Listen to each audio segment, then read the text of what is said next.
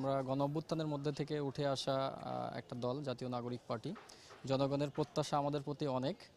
আর আমি নাটোর ১ আসনের প্রার্থী হিসেবে আমার প্রত্যাশা হলো, ক্যান্ডিডেট হিসেবে আমার প্রত্যাশা হলো এবারের নির্বাচন হবে সঠিক নিরপেক্ষ একটা নির্বাচন এবং জনগণের চাওয়া, জনগণ যেটা চায় প্রত্যেকটা প্রার্থী যারা জয়লাভ করবে, আমার মনে হয় যে এই জনগণের চাওয়া নিয়ে তারা কাজ করবে, জনগণের আকাঙ্ক্ষা নিয়ে তারা কাজ করবে।